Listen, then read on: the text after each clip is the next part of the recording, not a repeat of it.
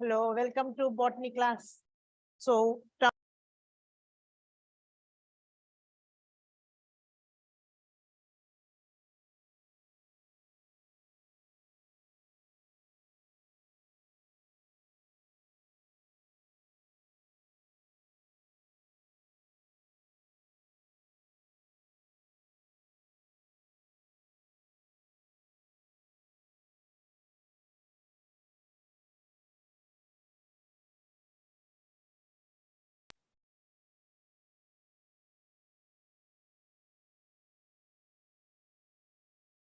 today we'll continue with the same topic, students. That is the stem modifications.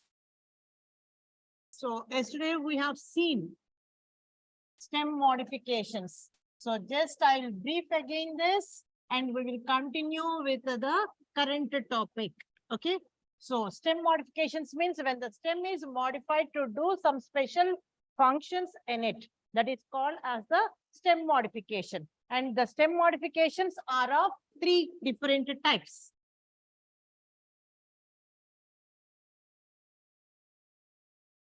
That is a aerial, subaerial, and underground.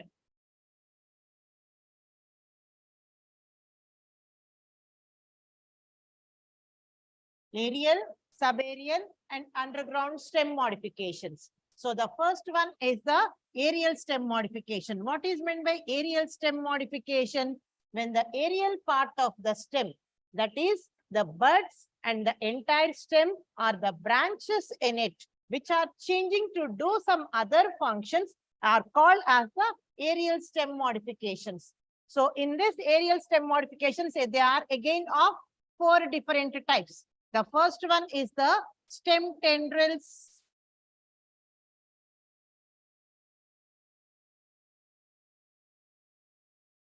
Thorns.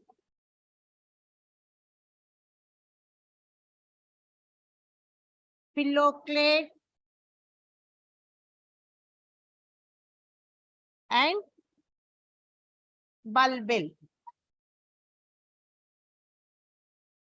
These are the 4 aerial stem modifications, what we have already seen. And the subaerial stem modifications.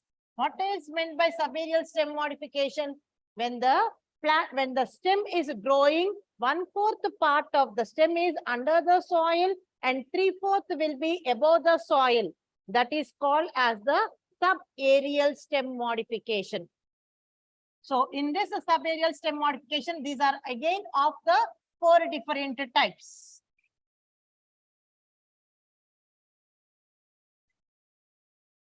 What are they? Those are the runners, stolons,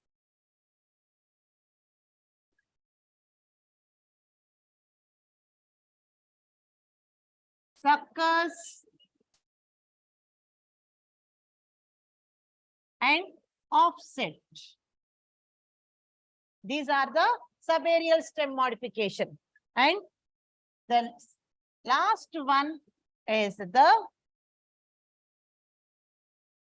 underground stem modification. What is meant by underground stem modification? When the stem is completely growing under the soil to do some special functions, that is called as the underground stem modification. So in the underground stem modification, why this option, why these modifications are there in the plant body? These are to do some, that is the some special functions. What are the special functions? They can store more amount of the food material in them. They can go with the vegetative propagation. They can avoid by the grazing by the animals. These are the 3 things why the stem is growing under the soil.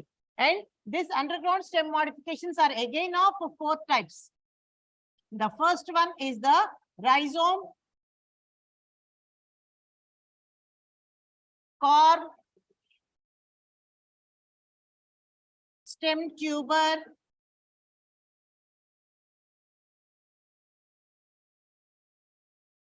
and bulb. These are the 4 underground stem modifications. Yesterday, we have seen the aerial and the subaerial. So I'm not talking about these two again today. We are going now with only the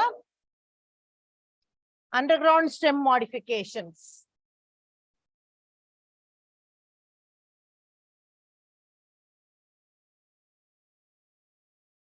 Underground stem modifications.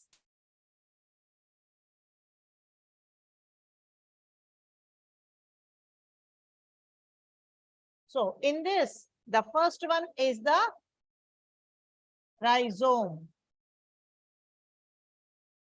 What is the best example for rhizome over here?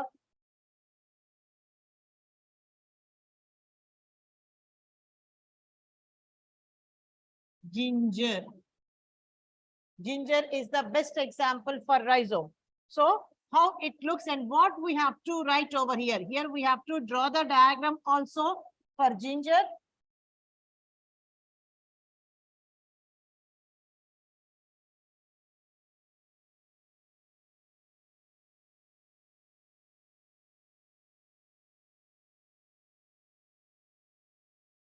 And it is having the, this is the stem modification now. So having the nodes and internodes on it and having the very thin brown colored hair-like structures.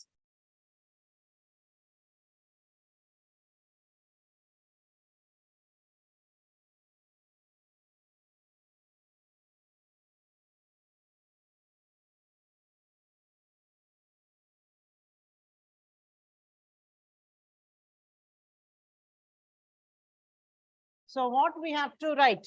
Rhizome. The stem is completely growing under the soil in a specific manner. How it grows parallel to the soil surface at a limited depth.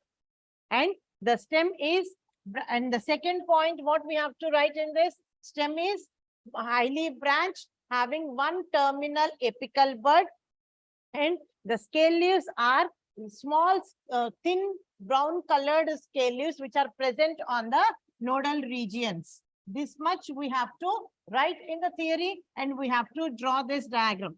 Okay. So in this, what are the labelings? What we have to do?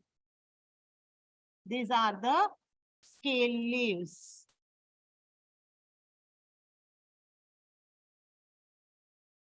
Node. This is internode.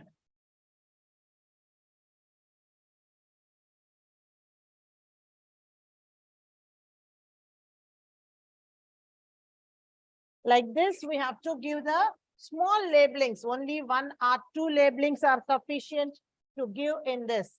And the next one is the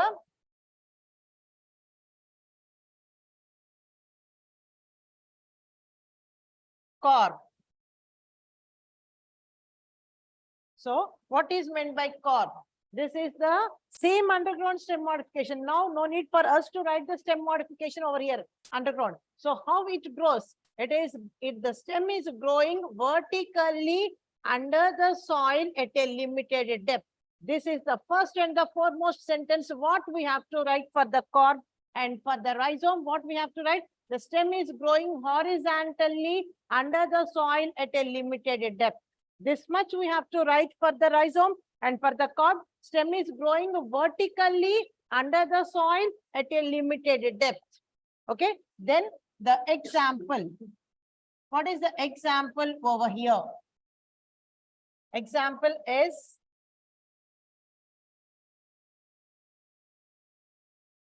colocasia. This will be the easiest one, and only one example is there. The second one is the Amorphophilus. That will somewhat difficult for few students. So I'm not saying that example. So this has to be learned without any spelling mistakes. Colocasia has to be learned, and this is the only one example in this. So in this, how the stem looks.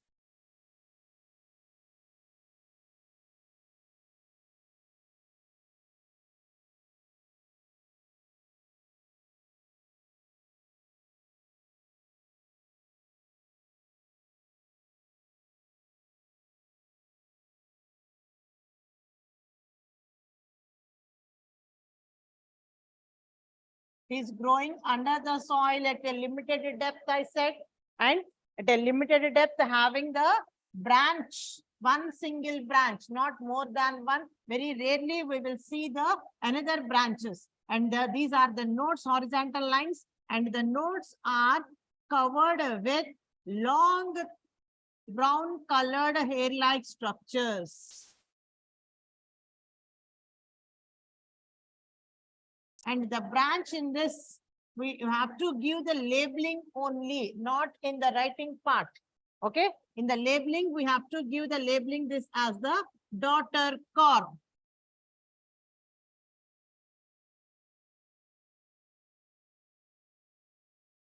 And these are the scale leaves. This much we have to give the labeling part. Now, once we are coming for the theoretical one, what we have to write again? What we have written, that is the first sentence is the stem is growing under the soil at a limited depth vertically. That is the first one. And the second sentence, what we have to write? The stem is having the one single terminal bud and the stem is branched and the nodal regions are covered with long brown colored hair-like structures called as the scale leaves. This much we have to write in the theoretical, and in the diagram, we have to draw the diagram like this, and this is the soil. Okay, you can draw the soil surface, otherwise no need of this also. You can simply draw the colocasia like this. Like this also we can draw. And the third one is the stem tuber.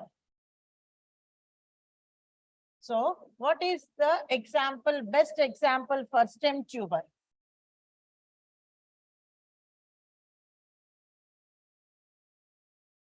Best example is potato. Best example is potato. So in this, how the stem occurs in this? The complete stem, including the axis. So when we are saying the complete stem, what we have to write in the brackets? In the brackets, we have to write the main axis, branches, sub-branches, everything will grow as it is under the soil. That is the difference between the rhizome, corm, and the stem tuber. Okay, so in the stem tuber, what we will write? The stem is completely growing under the soil. Now in the brackets, what we have to say? Main axis, branches and sub-branches, brackets close, that's it. And the example is the potato. So here what happens? This is the, how the, above the soil, how the stem looks. Stem is like this, now above the soil, having the branches and the sub branches and the leaves on it. So here, what the same image has been drawn under the soil. Okay, that means it occurs exactly like that under the soil. So we have drawn like this. This is the main axis of the stem. These are the branches and sub branches.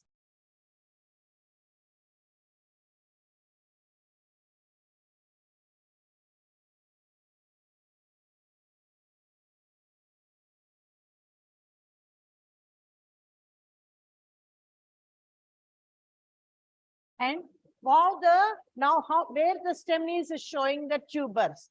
So the tip of the branches will become bulged by storing the food material and turns into the stem tuber. That is the potato.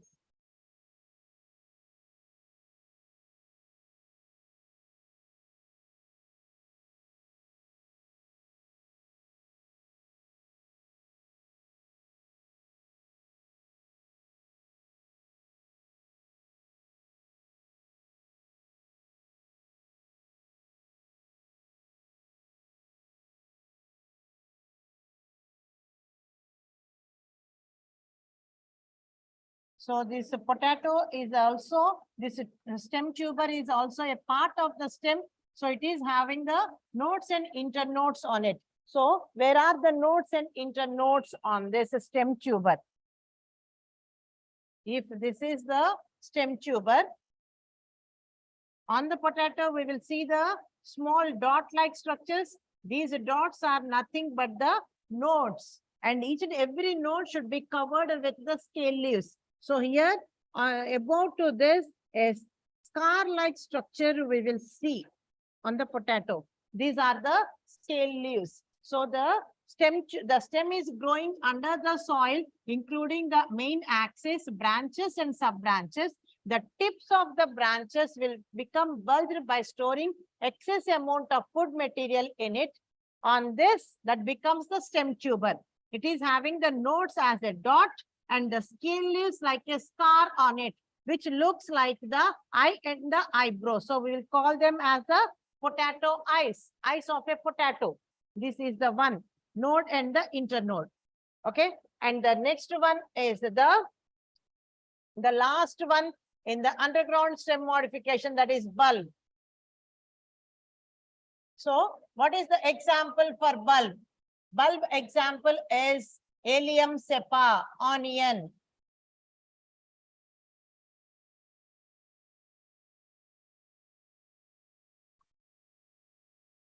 Bulb. Example, onion. Everyone can write this. So I'm giving you the common name for the plant. If you people can write the scientific name, well and good. That is the Allium cepa. If you people can write it, that's well and good. If not, if the spelling mistakes are considered over here, if in the Allium cepa, if you are not writing the spelling properly, then the marks will not be given fully for this stem modification. So better to go with the common name. That is the onion. So in this, what happens? The stem is completely reduced to disc-like structure. On that, the scale leaves are arranged in a concentric rings, and opposite to this, adventitious roots are present. What I said and what I am drawing, just observe. The stem is reduced to disc-like structure, and on this, the nodes are present like the dots, and the leaves are arranged in the concentric manner, concentric rings.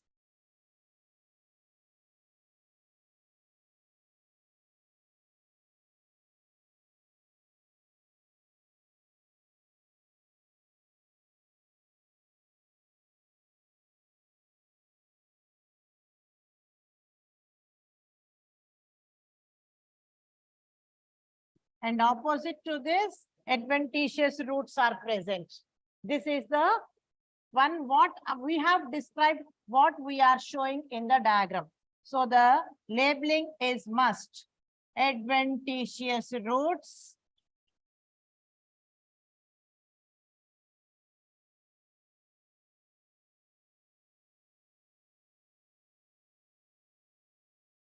scale leaves,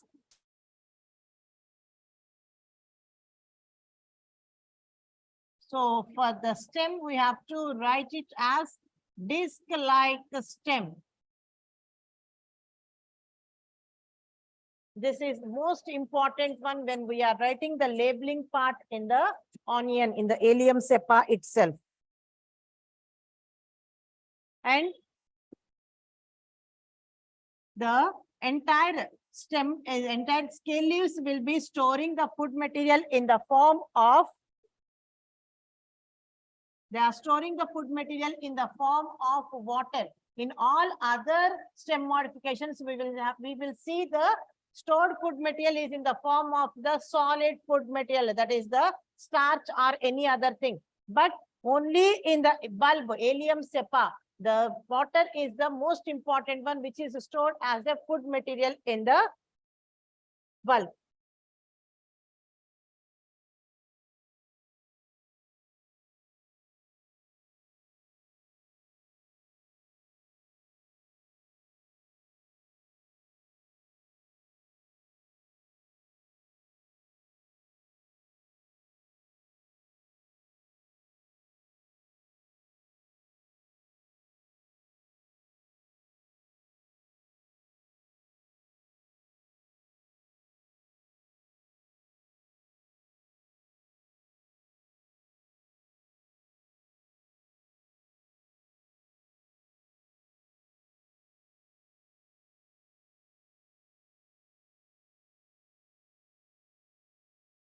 Clear. Clear.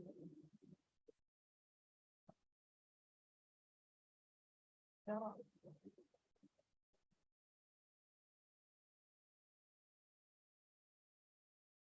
Minimize it. नहीं आ रहा.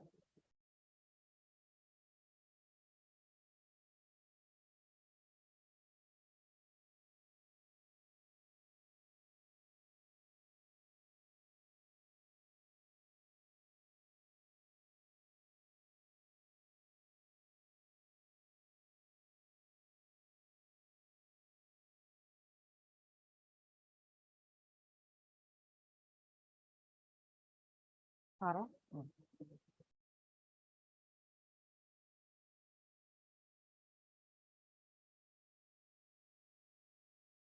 Yeah.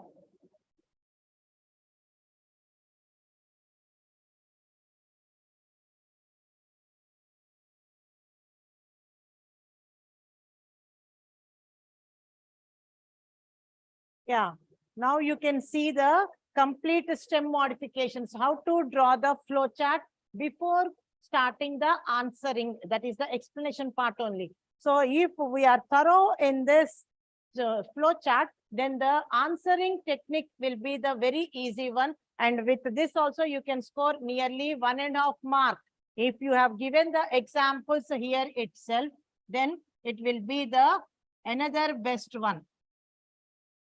So we won't miss a single part of the theory in the answer. So this is the way how to answer the stem modification, very big LAQ. And all the 8 sub modifications, that is all these modifications we need to write along with the examples and the descriptive part and the diagram. Diagrams are mandatory for each and every stem modification. Don't forget to draw the diagrams. And if you want to draw the diagrams, you won't get the full marks, and you cannot blame anyone that after writing the answer also they have not given the full marks. You won't get. If you draw the diagram, then only you will get. That means 12 diagrams are important over here, and all these stem modifications needs the one example, except the stem tendrils, 2 examples are there, and the phylloclade, again 2 examples. Okay, and the bulbil only 1, and the stolons runners we can give one example only, but these 2 are the 2 examples are mandatory. So like that we have to prepare and we have to go for the exams. Okay, now we will go with the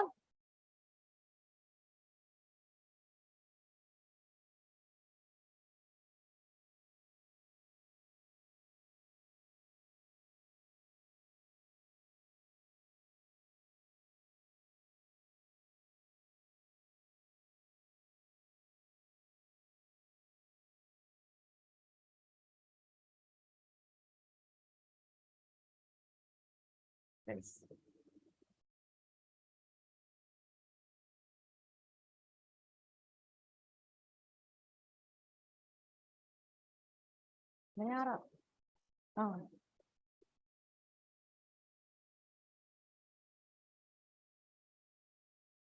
This also clear.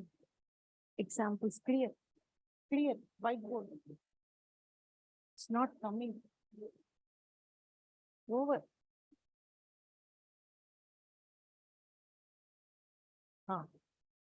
This one.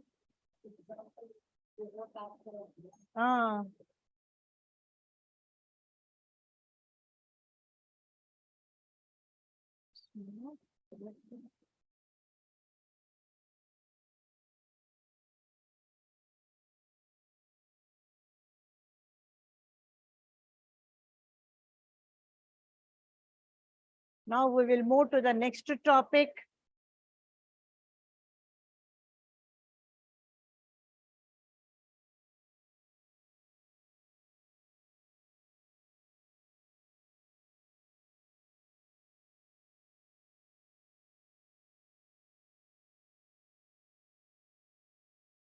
That is the third LAQ from this chapter.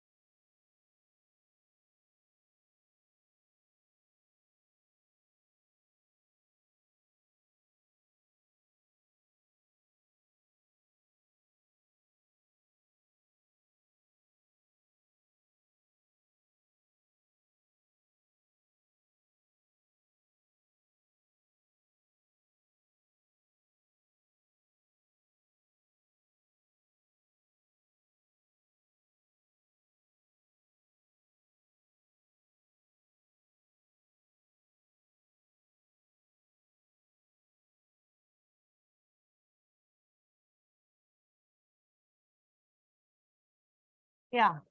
Now we will move to the last question from this chapter, that is the third LAQ. That is the describe about the racemose inflorescence. So before describing this, we should know a little bit about the racemose inflorescence, and whatever the topics now I'm going to say, just I'm briefing now.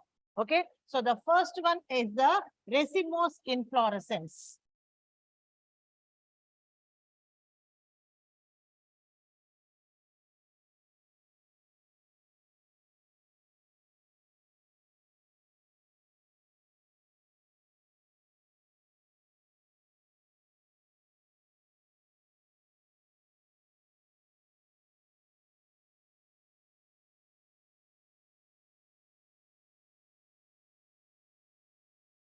Racemose inflorescence.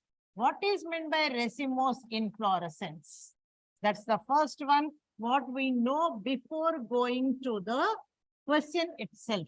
Racemose means when the inflorescence axis shows a indefinite growth. That means continuously keep on growing without any stop. That is the racemose inflorescence. And the flowers are arranged in acropetal succession. That is, older flowers are at the base and younger flowers are at the tip.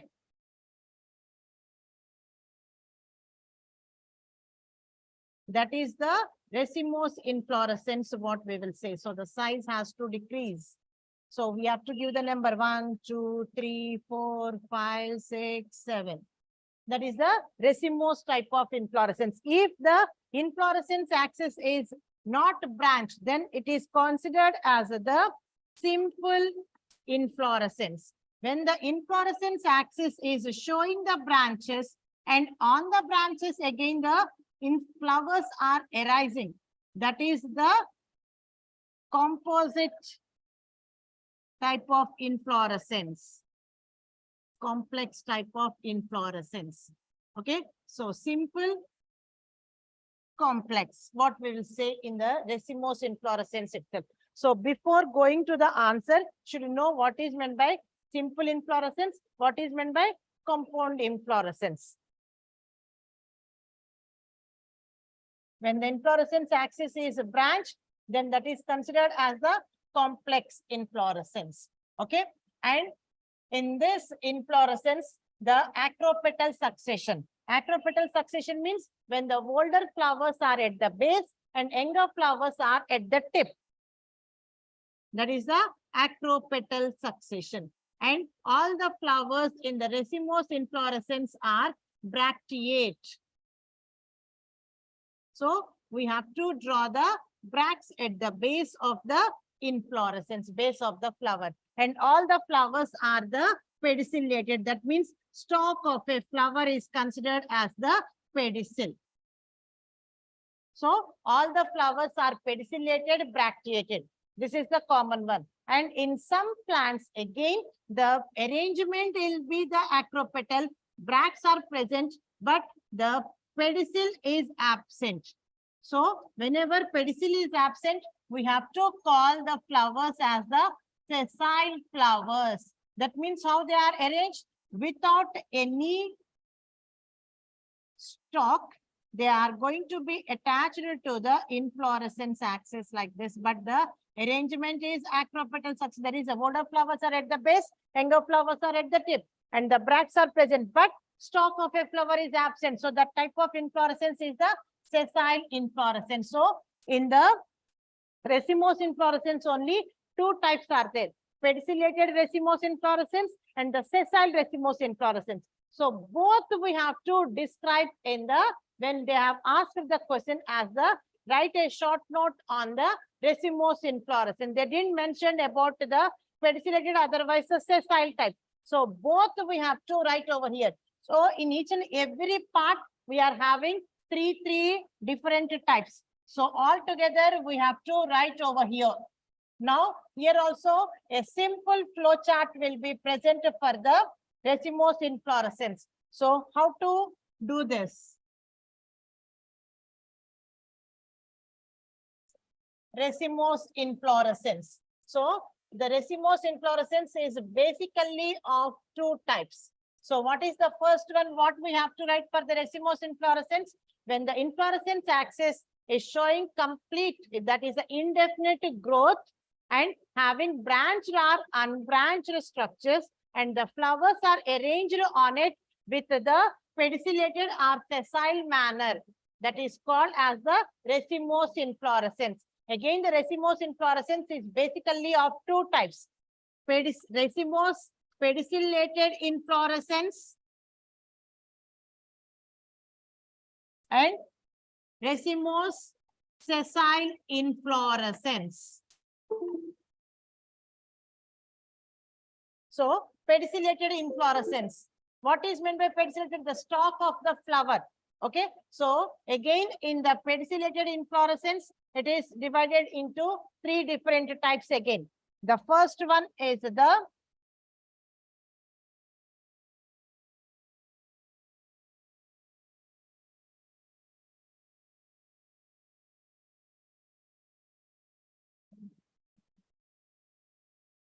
simple raceme.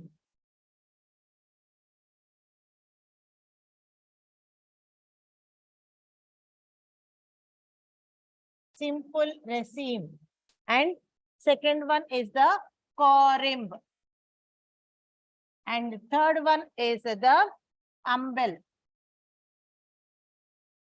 And again, in these three types, we are having two different types of the examples. One is the simple raceme, another one is the compound raceme. That means when the inflorescence axis is unbranched and branched, both the examples we need to write with the clear indications. So that is the first one is the simple raceme. Simple raceme means when the inflorescence axis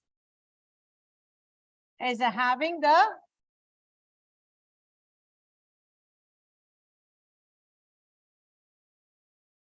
when the inflorescence axis is having the flowers arranged in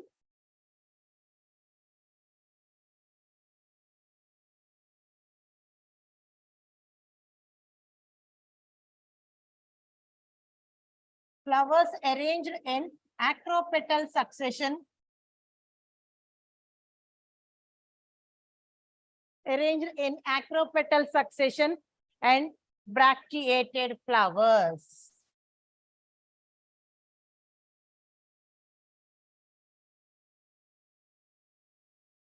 That is the, and here only the diagrammatic representation. Diagrammatic representation means no need for us to draw the clear flower. We can draw the flower, we can represent the flower with the circle. That is the diagrammatic representation, what we call over here. Only for this inflorescence type, because it's a very big and the lengthy one. So it will be very easy if we draw the arrangement only here we have to draw. If we draw like this, it's sufficient for getting full score over here. Okay. So that is a simple raceme. The inflorescence axis is branched or unbranched, but the arrangement of the flowers is the most important one. All the flowers are pedicelated, bracteated, and arranged in acropetal succession. That is the simple raceme. And again, the simple raceme is having the two types, simple and the compound raceme. Simple raceme, when the inflorescence axis is unbranched. Example over here.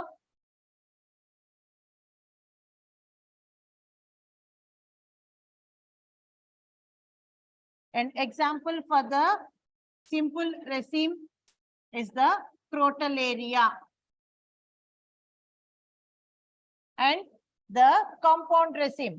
Compound raceme means when the inflorescence axis is branched and each and every branch is showing the arrangement of the flowers in the simple raceme type. That is called as the compound raceme.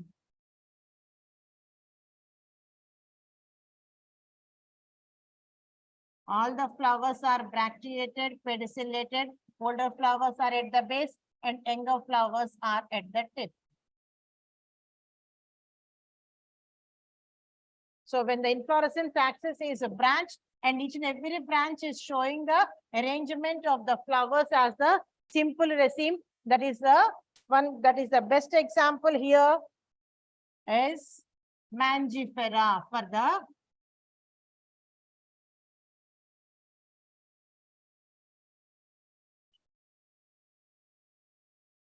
okay. For the compound resin, example is Mangifera. So here, what we have to write and how to write in the flow chart itself.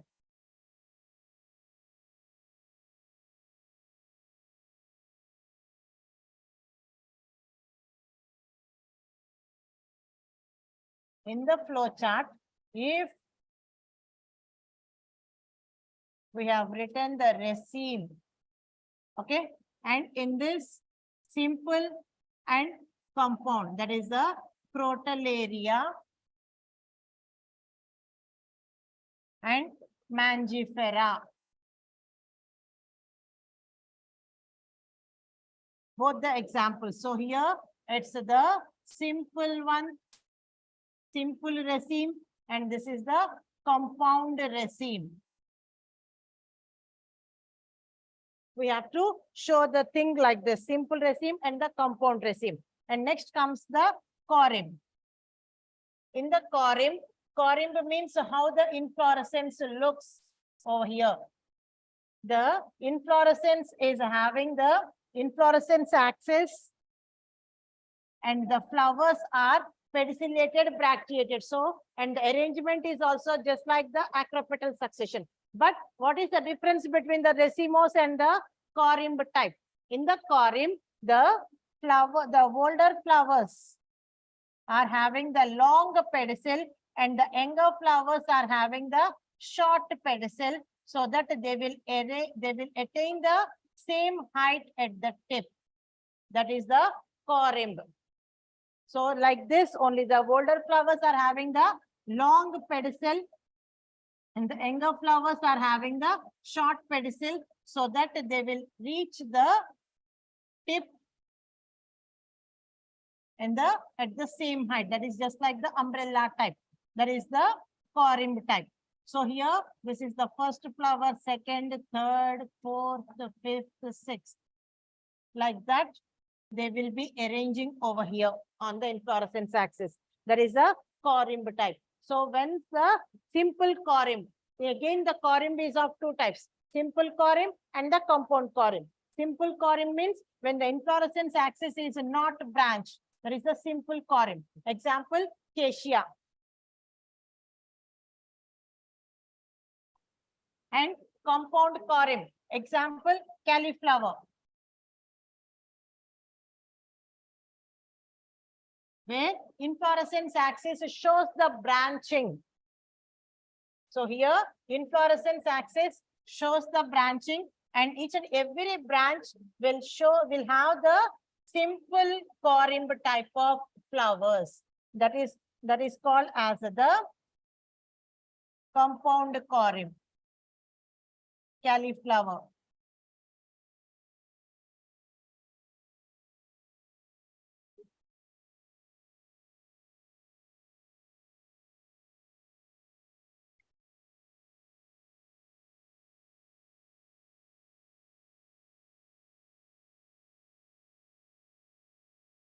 And all the flowers are bracteate.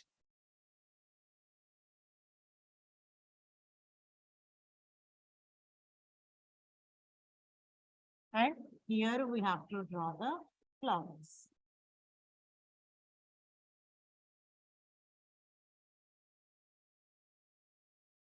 This is the compound corymb. Like this, a simple inflorescence, if you have drawn, that is also sufficient in the final IP exam.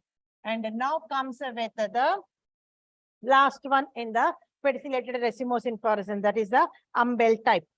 So in this, umbel means the inflorescence axis is reduced to disc-like structure. On that disc-like structure, the flowers are arranged in the centripetal manner. It's not the acropetal, it's a centripetal manner because the disc-like stem, circular one. So on this, the flowers are arranged in the centripetal manner, And here all the bracts are fused to form the involucre of bracts. At the base of this inflorescence disc, the pedicel, the flowers are arranged in the bracts are fused to form at the base, the bracts are fused, and this is the pedicel, which is completely reduced. The inflorescence axis is reduced. On this, the flowers are arranged in the umbel-like. That is the umbel, simple umbel. This is when the bracts are fused, that is called as the involucre.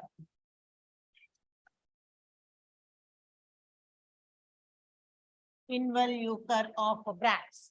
And the flowers are arranged here centripetally. This is the simple umbel. That is when the inflorescence axis is not branch. When the inflorescence axis is a branch, that is the compound umbel. So here two examples are there for the simple and the compound umbel. Simple umbel example, Allium cepa. That is onion. But here we have to write only the scientific name. No option left out over here. So here write down the scientific name Allium cepa. And that is the simple umbel.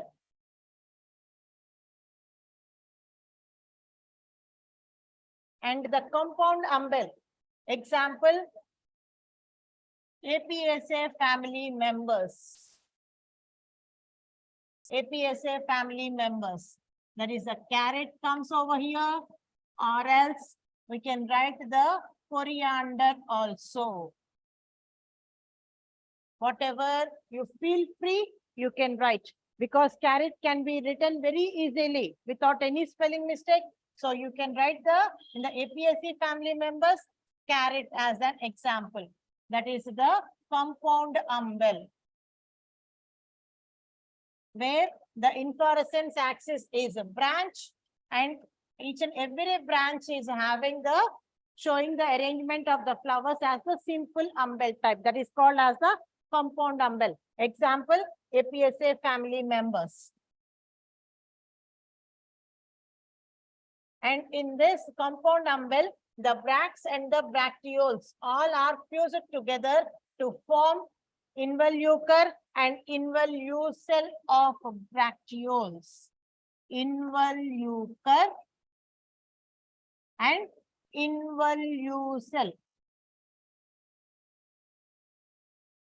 Both are present in the compound umbel. In the simple umbel, only the involucre of bracts can be seen. And underline these words whenever we are writing in the theory. So the next one is the sessile racemose inflorescence. Sessile racemose inflorescence. Sessile racemose inflorescence means the inflorescence is having the main axis and the flowers does not have the stalk. That is, the pedicels are completely absent and the flowers are having the bracts on them, and the entire flowers are arranged in the acropetal succession, otherwise the centripetal succession. That is the sessile racemose inflorescence. In this one, again, it is of the three types: spike, spadix, and head inflorescence. Spike. In this, simple spike, compound spike. That means that when the inflorescence axis is unbranched, there is a simple spike. Branch, that is called as the compound spike. Example for the simple spike, Amaranthaceae family members. Amaranthus. That is a simple spike. Compound spike, rice. Here, flowers are sessile, bracteate, arranged in the acropetal succession. And the next one is the spadix. The spadix, the best example, and in the spadix, how the arrangement is the acropetal succession. But what happens in the spadix? Bracts are fused to form a thick, hard boat-like structure which are covering the protecting the flower. That is the spadix. In this, the two examples are there. The first one that is a simple spadix. Example, colocasia. And the compound spadix. Example, Cocos nucifer. Otherwise, coconut also you can write. That is up to you, whatever the word you are choosing. That's not the mandatory that you have to choose only the scientific name over here. Okay, there is a coconut plant which is having a boat-like sheath that is called as the spadix. And the last one is the head inflorescence.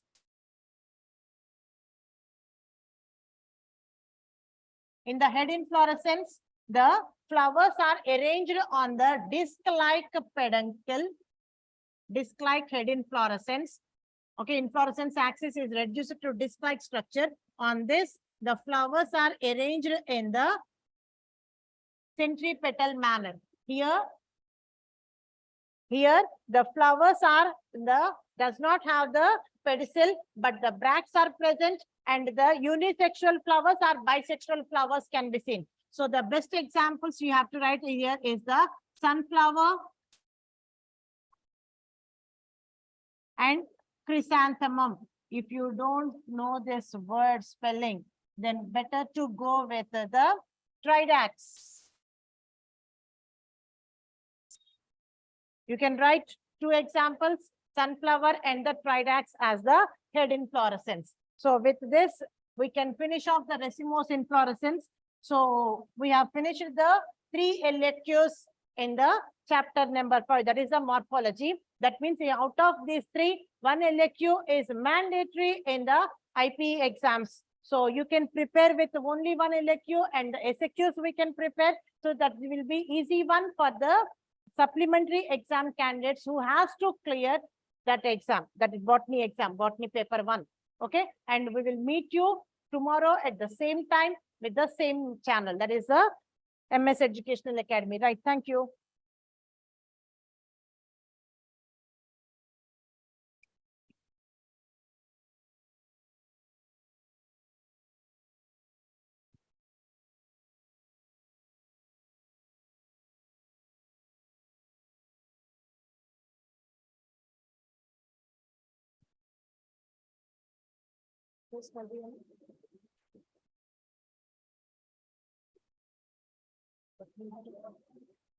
Huh?